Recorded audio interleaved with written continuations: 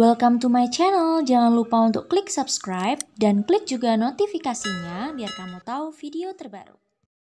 Judul, Suami 500 Juta, by Valen Ash. Bab 3 memutuskan.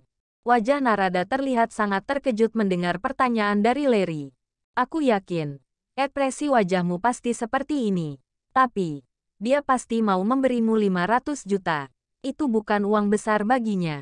Tapi ya, kamu harus mau menikah kontrak dengannya. Larry memberikan penjelasan yang membuat Narada benar-benar dilema sekarang. Banyak pertanyaan berkecambuk di benak Narada. Membayangkan banyak hal yang akan menghampirinya ketika memilih untuk menikah. Dia terus mempertimbangkan dalam hati berharap ada sebuah titik terang yang mampu meyakinkan dirinya sendiri untuk memutuskan yang terbaik untuknya saat ini. Tanpa sadar Narada sudah melamun beberapa saat dan tidak menghiraukan Larry yang mengajaknya bicara sejak tadi. Nara, panggil Larry mengayunkan telapak tangannya di wajah Narada. Narada tersadar. Maaf, Ler, aku jadi melamun. Kalau aku menolak tawaran itu bagaimana? Nggak masalah sih, Ra. Tapi ini hanya pernikahan kontrak lo. Hanya setahun kamu menjalani sama dia. Soalnya kata papa, dia itu hanya ingin orang tuanya tidak mendesak dan menyuruhnya untuk berkencan dengan banyak wanita.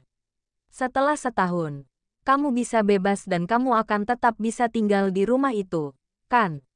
Ucapan Larry kembali membuat Narada bimbang. Dia sudah lama tidak menjalin hubungan asmara dengan siapapun karena janjinya kepada orang tuanya dulu untuk lulus dengan nilai sempurna tanpa berpacaran. Apakah ia harus melanggar janjinya dengan menikah? Aku paham kamu pasti bingung. Aku akan memberimu waktu sampai hari Sabtu pagi. Kalau kamu berubah pikiran kamu harus menemuiku di rumah. Tapi, kalau kamu tidak berubah pikiran kamu cukup menelponku. Ucap Larry sambil menggenggam tangan sahabatnya yang masih dalam kebingungan. Kenapa harus Sabtu pagi? Karena Sabtu malamnya, papaku akan benar-benar mengajukan aku menjadi calon istrinya.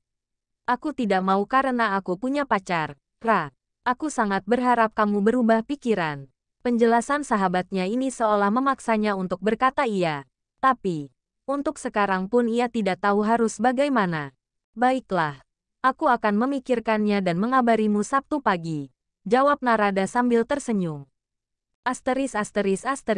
Beberapa hari berlalu. Tepatnya di hari Rabu Narada mendapatkan pekerjaan paruh waktu di sebuah supermarket sebagai kasir. Ia mengesampingkan hal pribadinya dan fokus untuk melayani pelanggan. Sedangkan di rumah, Taro diberi tugas olehnya untuk menjaga Sivana selama dirinya bekerja di supermarket. Malam pun datang. Narada cukup lelah dengan pekerjaan pertamanya di supermarket hari ini. Mungkin, karena belum terbiasa. Setelah selesai bekerja, Narada memilih duduk dulu di depan supermarket sambil meminum air putih yang ia bawa dari rumah. Mumpung ada sebuah kursi kosong yang tidak digunakan oleh siapapun di sana. Pandangan mata Narada menghadap ke arah langit malam, menikmati sinar bulan yang begitu terang. Ayah, Ibu. Hari ini adalah hari pertama Narada bekerja. Apakah ayah dan ibu melihatnya? Narada bergumam sendiri sambil memandang langit malam. Ia sudah sedikit lebih tegar untuk membicarakan orang tuanya sekarang. Tidak ada waktu untuk terus bersedih walaupun air matanya kadang mengalir tanpa dia sadari. Karena sekarang, adik-adiknya membutuhkan biaya sekolah, makan dan kebutuhan lainnya. Ia juga harus memikirkan sendiri biaya kuliahnya. Tiba-tiba pikirannya kembali kepada tawaran Larry saat itu. Ia masih menimbang-nimbang apa yang harus ia putuskan. Ia juga penasaran dengan anak teman papanya Larry. Ia sampai lupa menanyakan apakah duda itu sudah tua atau masih muda dan siapa namanya. Sepertinya beberapa pertanyaan mulai bermunculan di dalam kepalanya. Melihat hari semakin malam, ia memilih untuk mengesampingkan pikirannya sejenak dan membeli nasi goreng yang ada di depan supermarket. Setelah beberapa saat berjalan, Narada sampai di sebelah warung nasi goreng. Bang, nasi gorengnya 3. Dibungkus. Ya, pedes apa enggak, Neng? Tanya tukang nasi goreng. Pedesnya 1 aja yang 2 enggak pedes. Jelas Narada sambil duduk di sebuah kursi kosong di dalam warung nasi goreng. Ditunggu ya, Neng. Ujar tukang nasi goreng sambil menyiapkan pesanan nasi goreng milik pelanggan lain. Sembari menunggu, Narada memilih untuk memainkan handphonenya. Ia masih bergelut dengan kebimbangan untuk menerima tawaran itu atau tidak. Namun, tiba-tiba sebuah pesan masuk dari Tante Frederica. Narada yang penasaran apa isi pesan dari tantenya ini menggerakkan jempol kanannya untuk membuka pesan itu dan membacanya. Aku yakin, kamu tidak akan bisa membayar 500 juta dalam waktu 2 minggu. Tapi, aku masih memberimu kesempatan sampai hari terakhir. Ingat, resiko yang akan kamu tanggung adalah tidur di bawah atap langit bersama kedua adikmu. Kalian akan menjadi gembel, oke? Nomor rekening dan nama lengkapku sudah aku selipkan di bawah vas bunga rumahmu. Kabari aku kalau kamu berhasil mentransfer 500 juta itu. Petik 2. Setelah membaca pesan dari Tante Frederica, otaknya semakin berpikir keras. Ia tidak bisa membiarkan Tante Frederica menang dengan pendapatnya kali ini dan ia tidak akan membiarkan adik-adiknya menderita. Sepertinya memang tidak ada pilihan lain selain menerima tawaran itu, gumamnya dalam hati. Tiba-tiba ucapan tukang nasi goreng membuyarkan pikirannya. Neng, nasi gorengnya sudah jadi. Oh, iya bang. Berapa semua? 50, Neng. Narada mengeluarkan uang dari dalam sakunya lalu memberikannya kepada tukang nasi goreng yang sudah siap memberikan bungkusan plastik berisi nasi goreng pesanannya. Makasih ya, Neng. Sama-sama, Bang. Narada keluar dari warung nasi goreng kemudian mencari taksi untuk segera pulang menemui kedua adiknya yang pasti sudah menunggunya. Kaki Narada mulai turun dari taksi. Lelah mulai terasa ketika berjalan sebentar menuju halaman rumahnya yang tidak jauh dari jalan raya. Narada langsung memegang dan menekan ke bawah ganggang pintu rumahnya agar pintu bisa terbuka sambil berkata, "Ayah, Ibu, aku pulang." Ujar Narada sedikit keras sambil melepas sepatunya lalu meletakkannya di rak sebelah pintu. Otaknya masih berpikir bahwa semuanya masih sama tapi tak ada orang yang menyahut.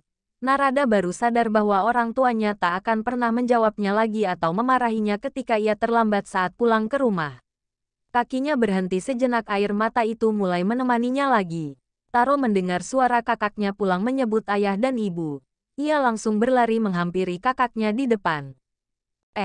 Kak Nara udah pulang. Kakak bawa apa? Taro mencoba mengalihkan pikiran kakaknya untuk sekadar melupakan kesedihannya yang tidak sengaja datang ketika kebiasaannya muncul tiba-tiba seolah orang tuanya masih ada. Narada mengusap air matanya yang sudah membasahi kedua pipinya.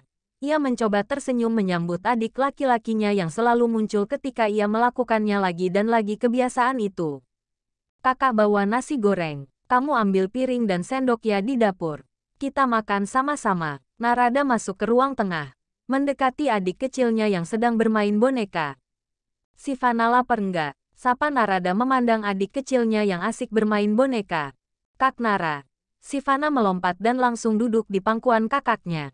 Aduh, kamu semakin berat loh sayang.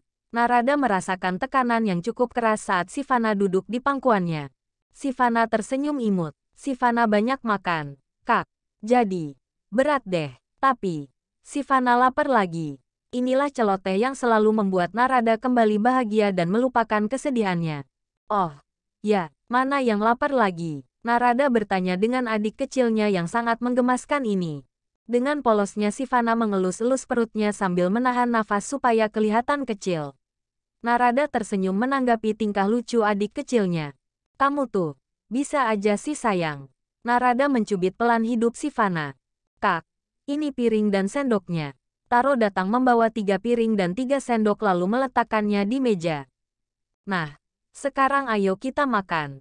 Narada mengeluarkan bungkusan nasi goreng dari dalam plastik berwarna hitam kemudian meletakkannya di 3 piring yang sudah dibawa oleh Taro tadi. Mereka bertiga pun makan bersama di ruang tengah.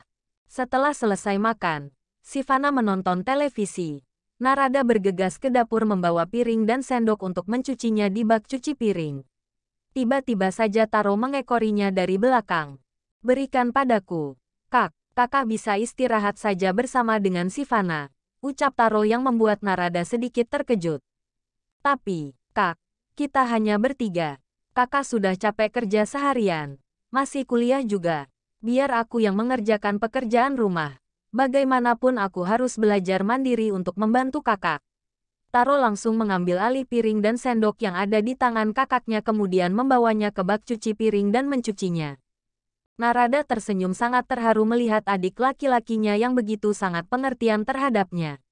Dia tidak menyangka Taro bisa berbicara seperti itu di usianya sekarang. Ayah, ibu, apa kalian melihatnya? Taro terlihat sangat dewasa di usianya. Dia tumbuh dengan baik. Aku bangga padanya.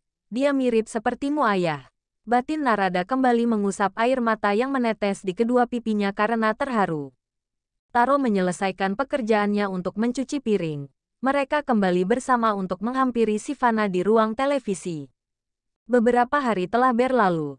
Tepat di hari Sabtu, Narada memutuskan pergi ke rumah Larry untuk memberinya kabar.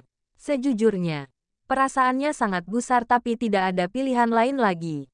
Ia tidak akan membiarkan kehidupan adik-adiknya dipertaruhkan dan ia juga tidak akan pernah membiarkan rumah orang tuanya menjadi milik tantenya. Narada yang sudah ada di depan pintu rumah Larry yang begitu besar akhirnya memencet bel. Ting tong, ting tong. Terdengar seseorang tengah berlari untuk membuka pintu. Ceklek, Narada. Senyum ceria terpancar jelas di wajah Larry ketika melihat Narada di depan pintu.